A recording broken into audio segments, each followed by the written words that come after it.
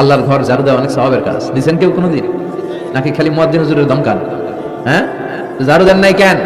ওই বেটা খাদেম ঝাড়ু দিলি না কেন? এরকম ডাকাইত আসরা নাই? খালি মুয়াজ্জিনের দোষ, খালি খাদেমের দোষ। মসজিদের খাদেম আমরা সবাই। আপনি হতে পারেন সেক্রেটারি, হতে পারেন সভাপতি, হতে পারেন মেম্বার অফ দ্য পার্লামেন্ট, সব লোকগুলো আল্লাহর মসজিদের খাদেম। চিল্লায় বলেন ঠিক কিনা? আপনি ঝাড়ু দেন একবার, আপনি মসজিদ পরিষ্কার করেন। মসজিদ ঝাড়ু দিলে আপনার হৃদয়টারে প্রশান্ত করে দিবে কে? মসজিদেরি ঝাড়ু বারদার হোক আমারে হাত, শোনো আমারে মুনাজাত, শোনো শোনো ইয়া ইলাহি আমারে মুনাজাত, শোনো আমারে মুনাজাত। পড়েন আমিন।